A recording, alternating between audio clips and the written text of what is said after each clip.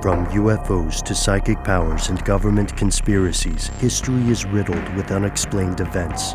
You can turn back now or learn the stuff they don't want you to know.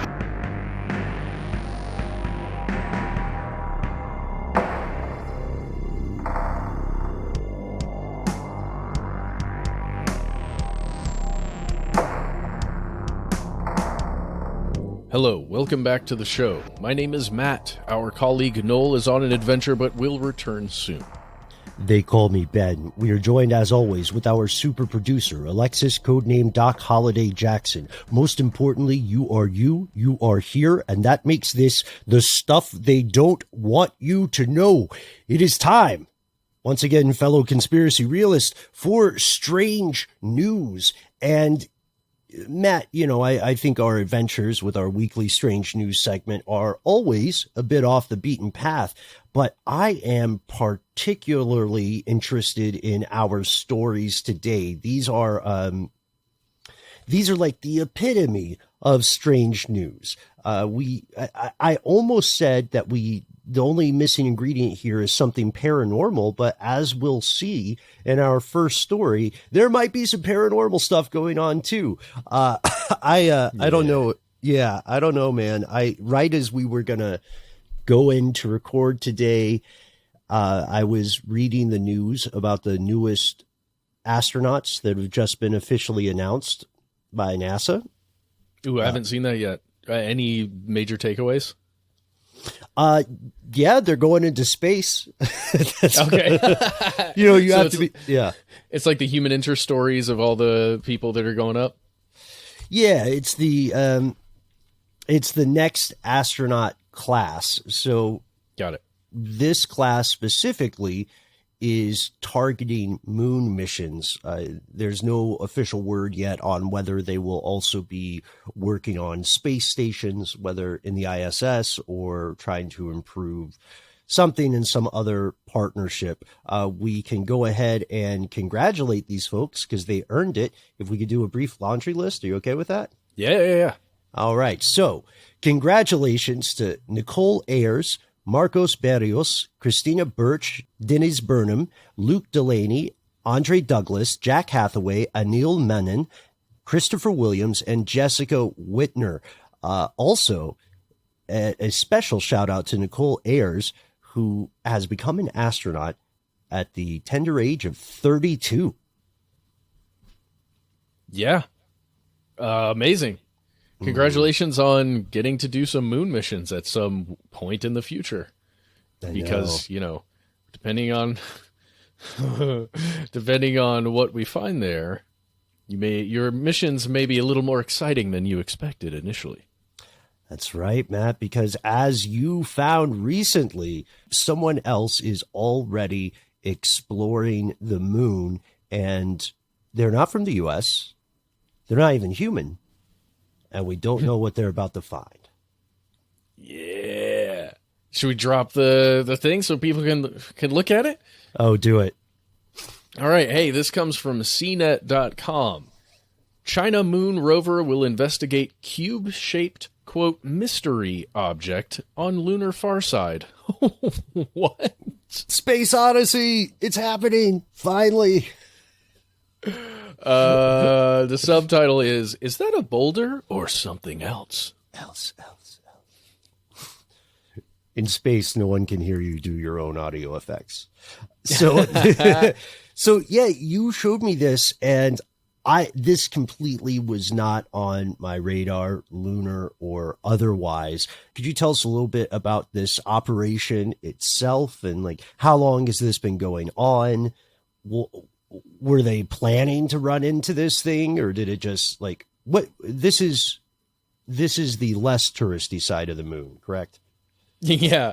With the less touristy side, it's the dark side of the moon. No, well, it's just the far side of the moon is what we will call it. That's how it's been referred to in both CNET and by people giving updates from this particular mission. This is China's Chang'e 4 lunar lander mission, and the robot, the non-human entity that will be hanging out with whatever that mystery object is the U2, spelled YUTU-2 rover. And you can follow this on Twitter. That's the way I've been checking it out. There's a person named Andrew Jones over there on Twitter. It is, let me just make sure I get the handle correct here, at AJ_FI, I believe. And that's all uppercased. This person, Andrew Jones, has been giving updates, and this particular update came from him. There's an image that you can find on both that CNET article and on Andrew's Twitter page that appears to show something way out far in the distance, just on the horizon line, that looks kind of square. Let's say sort of square. And it looks like in the center, there's a shadow that appears to almost be, if you take your imagination there, to be like a doorway or, some kind of opening in the center.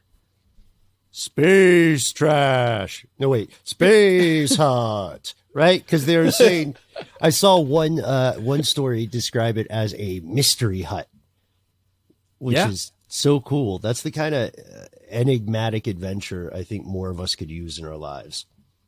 Yes. Yes, for sure. And, well, I guess we can read some more from this article, but I don't want to throw too much water on it initially. But it's very likely that that mystery object is nothing more than a boulder from an impact long, long ago on the moon, because there are so many of those and weird little boulder-looking things, rocks that are on the surface of the moon.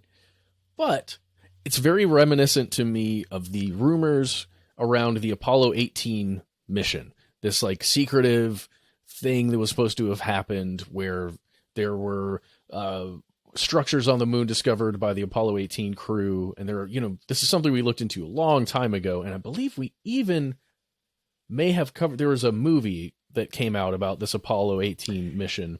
Yes. Right? I there's something inside my head that takes me back there. It was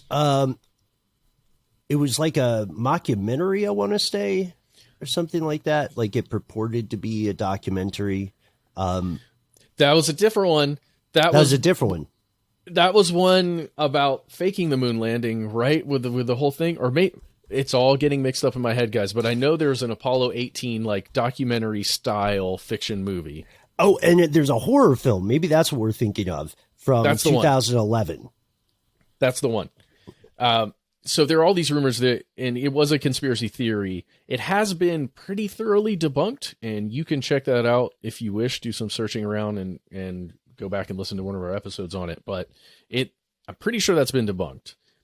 However, this is the closest thing I've seen to an actual image from the lunar surface that looks something like what was discovered in that fictional story. Yes. And unfortunately, like so many other features on different planets or satellites, the images that are publicly available of this thing, whatever it may be, are still pretty, they're not high fidelity. Let's just put it that way. It's difficult to make out what exactly the thing is. You can see, you can definitely see it in the photographs that have been making the rounds on the news, but it's very small in these photographs. And again, to our earlier points about perspective and size, it's kind of tough to figure, to like really understand how big or small it might be as U2 draws closer, which means in English, Jade Rabbit. Dose. Yes, Jade Rabbit 2. Yes.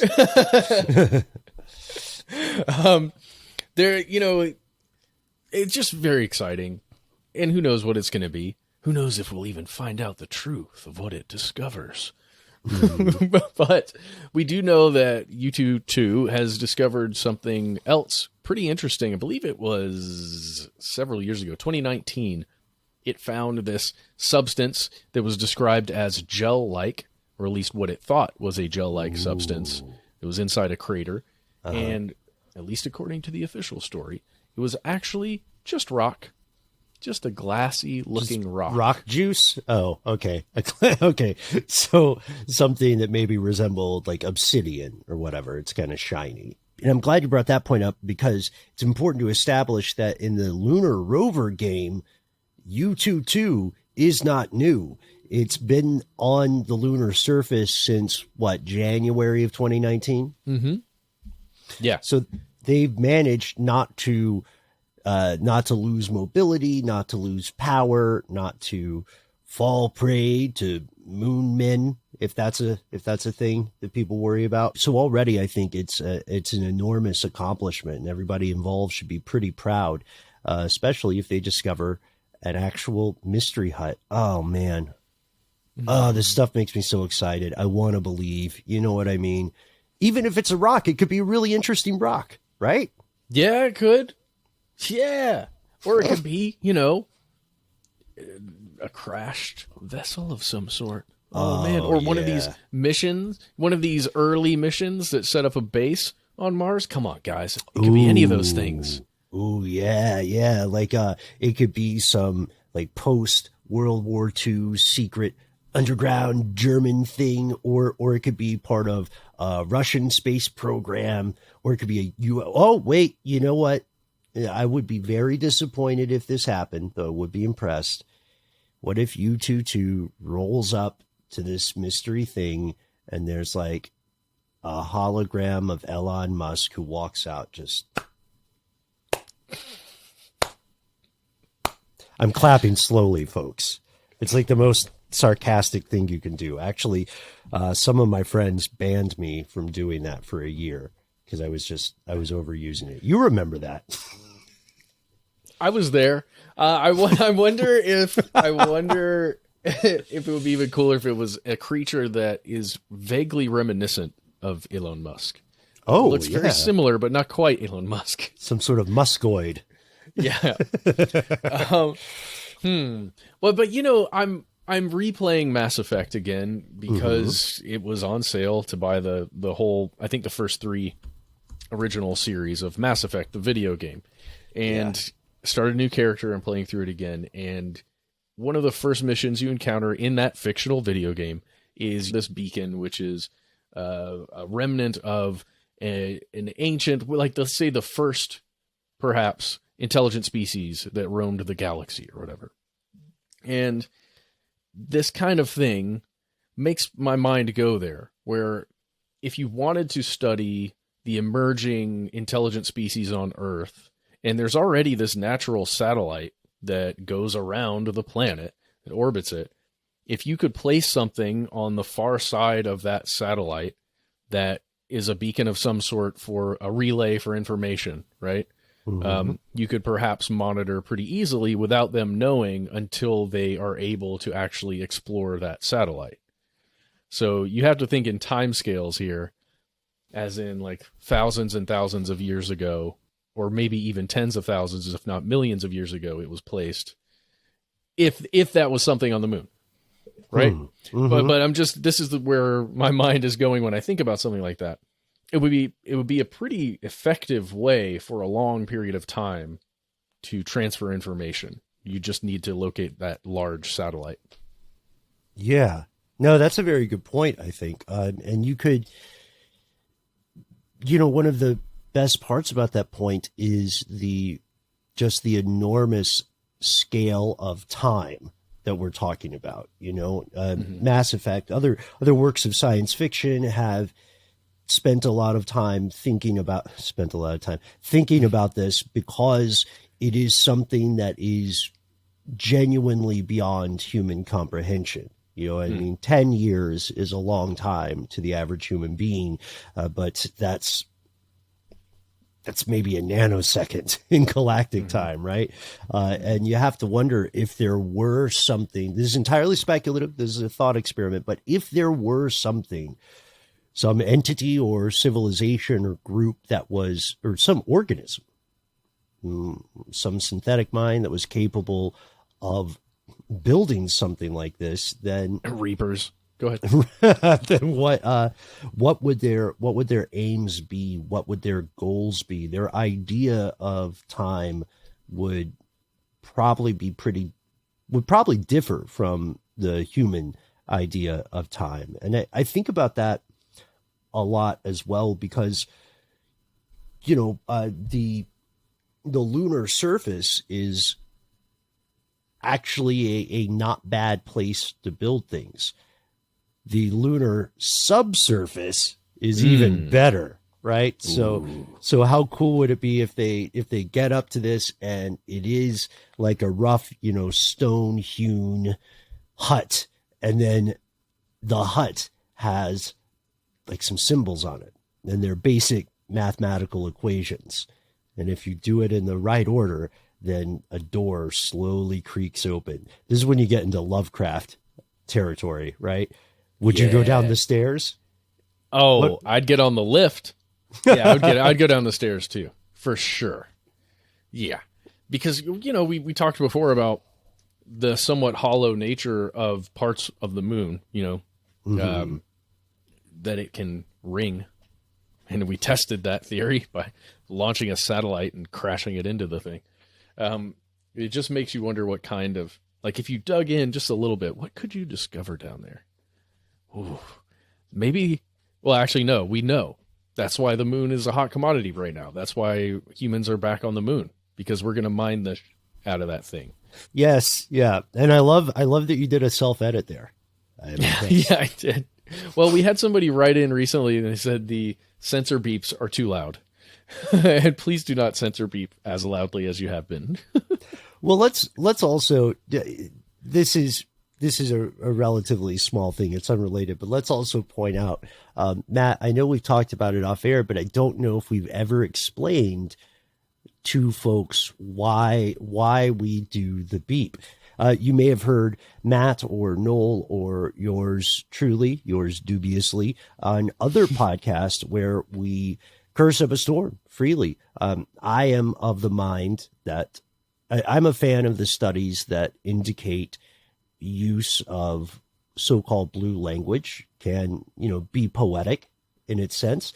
But the honest truth is we just think the beeps are funny. It's the Hitchcockian approach to censorship. The monster you can't hear is much worse than what the people are actually saying. And I love it. And also shout out to codename Doc Holliday, who just hit us in all caps on the group chat. What'd she say, Matt? Censorship should be uncomfortable. Yeah, there we go. I 100% agree. But yes, we know they're allowed, and we do have some sort of rationale behind beeping, even if it's a childish reasoning. It's still enjoyable because I always love it. I don't think anybody ever hears a beep and says, "I wonder what they said. What came after mother, but before children." I imagine that there are some younger folks listening to this, and I don't want to be the one. I don't want us to be the ones who introduce them to any 4-letter or however many letter words that maybe the old parents don't wish them to learn.